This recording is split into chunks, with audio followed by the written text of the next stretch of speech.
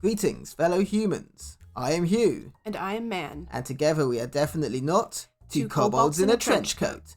We enjoy human activities, such as paying taxes, having existential crises, and RPG horror stories. Let's see what we've got today.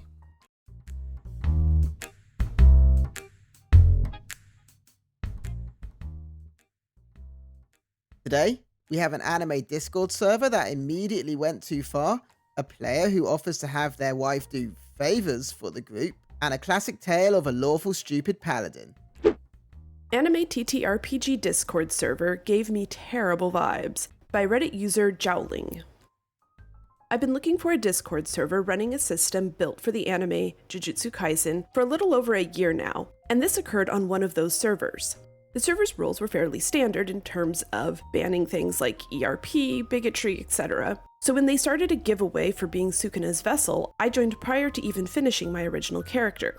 I won this giveaway, and then I was immediately added in general by a player playing Sukuna saying, "If you play a woman, I will you down and explore your body when I get control." That's a terrible thing to have as your first message to someone, but I could put it in the category of overzealous roleplay, even though that isn't how the show works, if the guy had apologized or at least said that he was kidding. But they didn't take it back in the next two message responses that they had with me. I told them to tell the mods to re-roll because it isn't my vibe, and before I permanently left the server, I saw the mod joking about it. Oof, yeah, running for the hills was definitely what you needed to do there. If that's their opening gambit and in the public Discord, not even in a private message, there's no recovery from that. Just get the hell out while you can. Apparently, the rule of no ERP was just more of a suggestion than an actual rule. A guideline, if you will. You always expect it to be just one guy, but when the mods are joking about it openly, and he felt comfortable enough doing that in general chat, this has clearly infected the whole server. If everyone there is not actively involved in it, then at least not confident enough to say anything against it, it's not a safe environment for you or anyone else.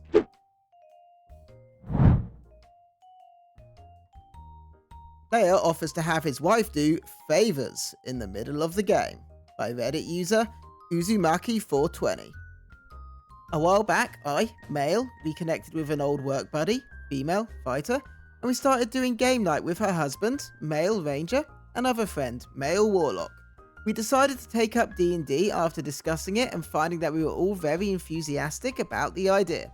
Unfortunately, I was the only one in the group who had played D&D before, and it was only for a few sessions with a group that quickly fell apart due to scheduling issues. The issue was who would be the DM. None of them were comfortable with it since they were completely new, and I suffer from crippling social anxiety and agoraphobia, so I was not comfortable taking the reins. I reluctantly told them that I had a friend referred to hereafter as BK for Buzzkill, who might be willing to DM for us. BK was someone I had known since high school. He was someone who I really liked in small doses because his personality could be a bit much. So when we needed a DM, I warned the group that BK was not particularly reliable and that he had a habit of saying wildly inappropriate or just flat out gross things from time to time. However, the group jumped on the chance to have a somewhat experienced DM. BK agreed to DM for us and seemed enthusiastic. However, after 4 months, we had only had 2 game sessions and a session 0. On the 3rd session, BK showed up drunk and high. It quickly became obvious that he had nothing prepared and he just talked in circles for an hour while we sat there awkwardly, waiting for a chance to interact with the world. Eventually, he more or less said, "F it, the campaign is over. We will start a new one next session." I guess this really illustrates the problem in D&D of not being able to find a good DM or a DM in general. Ideally, they wouldn't have had to do this. You have people who are inexperienced, somebody who doesn't feel comfortable, so you find the only person that you know, and it turns out they're absolute disasters as a DM. Hey, I get it. No one else there had ever even played D&D, and the only one who had low experience and a variety of mental health issues. And it can be very daunting to try and control a table and run a game. I understand that. So I can understand why they had to bring this guy in, and obviously OP, warned them about it. So I guess they just had to take that chance. Needless to say, we were displeased with the incident. so I reluctantly and nervously decided to offer to be the DM instead. They were surprised at my willingness to take the driver's seat given my mental health concerns, but they were all very encouraging.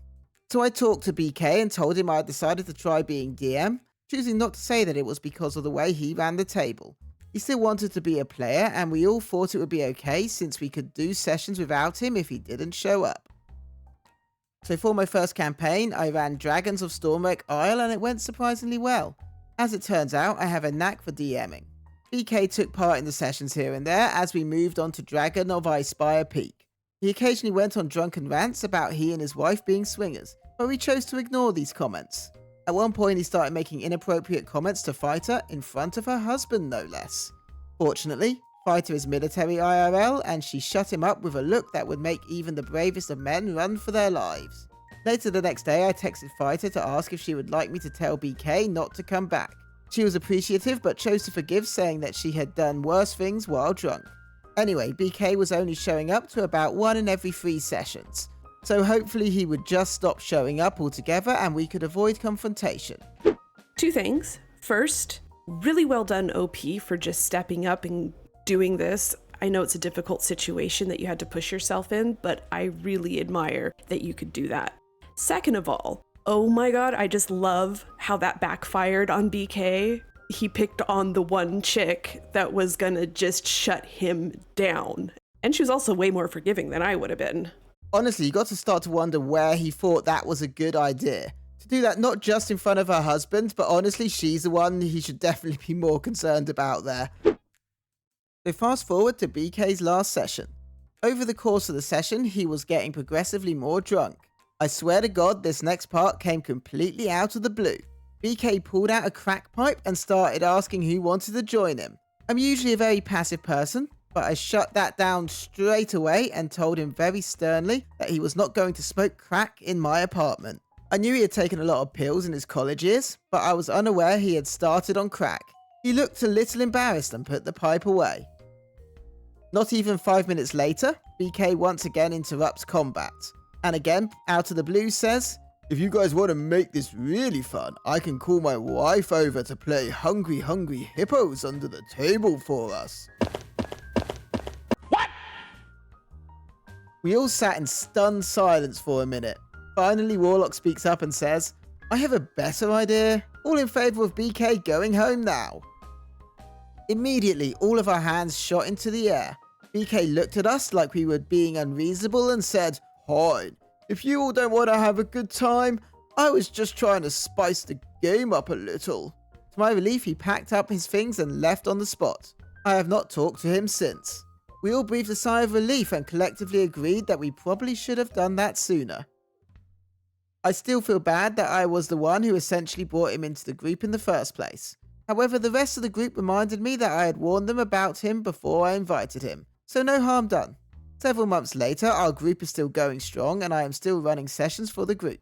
I find that putting quests and adventures together helps with my mental health even. As for BK, I hope he gets help for his obvious alcoholism and apparently budding crack addiction. Okay, well, that happened. It would have been one thing if he'd pulled out, a certain herb that everybody generally tends to enjoy. But that's like the hard stuff. And then to, after getting shut down, immediately be like, "Hey, let's have my wife come over and play Hungry Hungry Hippos." Why is that better? I mean, I think the phrase we're looking for here is read the room. He should have clocked by now these weren't those kind of people, or people who are into that, so he really should have just laid off that entirely instead of trying to push it. Yeah, this is definitely a case of read the room / have some manners. We all know the joke that being polyamorous is a great way to get a D&D party together, but I don't think this is one of those situations. Sometimes maybe there's a group out there that would have that vibe, but clearly this group didn't. And he clearly had some issues he was working through, and I do hope he gets the help he definitely needs. Just as like a final note to end on more of a positive note, OP, I'm super impressed by the fact that not only did you step up, but you're finding a way to use D&D to help your mental health. A lot of us have been able to use D&D that way, and I just really think it's cool that you can do that.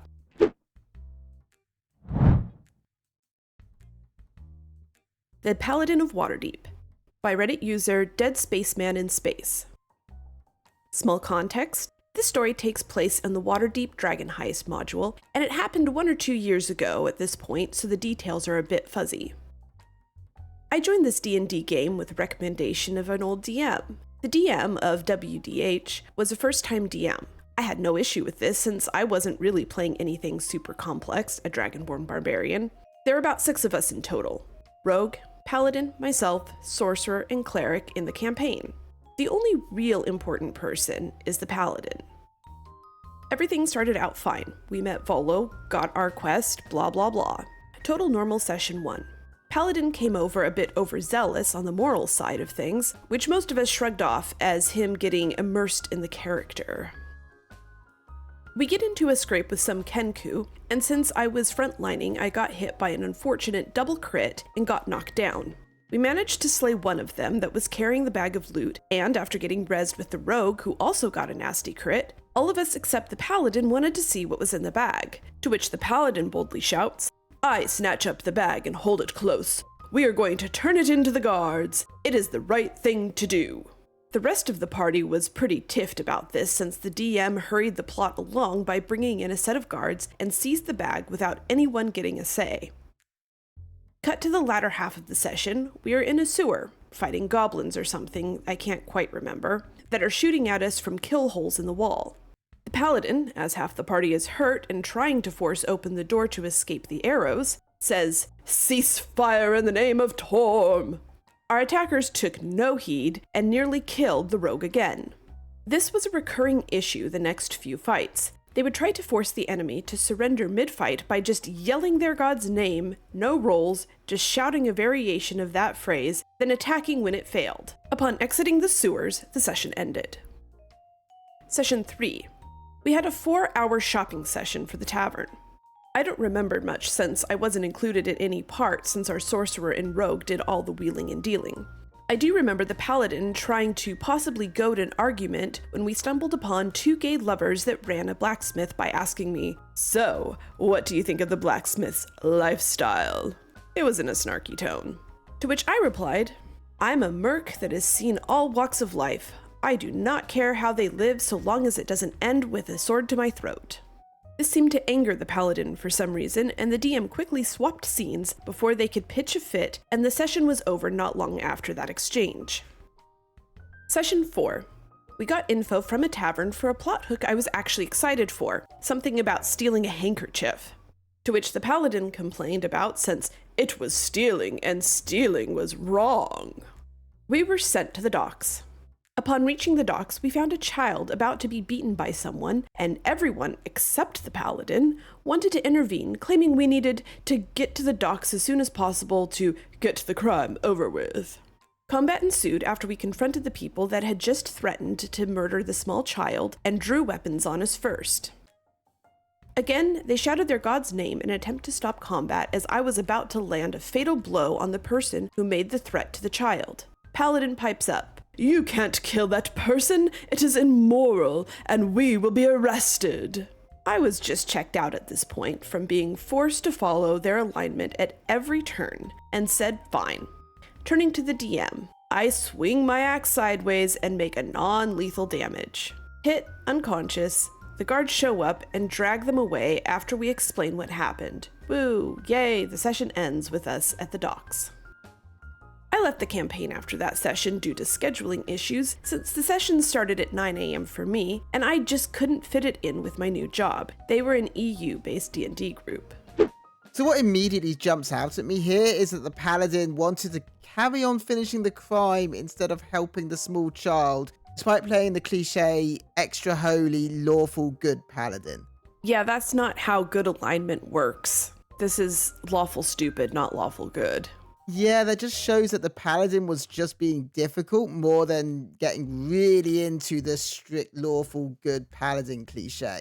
They should have been racing to help that child. Oh yeah, for sure. I really don't know why the DM, I know they were inexperienced, but I don't know why the DM didn't shut down the whole shouting the god's name sort of situation. Unless they were going to do a roll, which they could have established that that's what was going to happen, unless they were going to do a roll, there's really no point in them doing it, so it just slows combat down and puts everybody else at risk.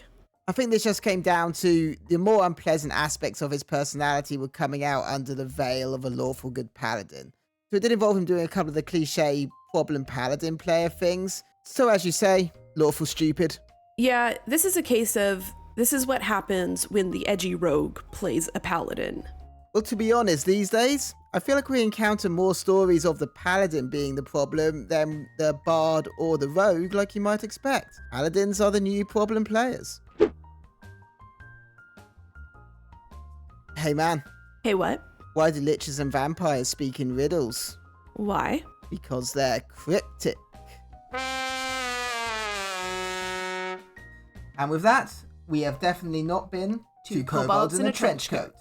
Be sure to like, comment, subscribe, and make the necessary sacrifices to Tiamat. We'll see you next time.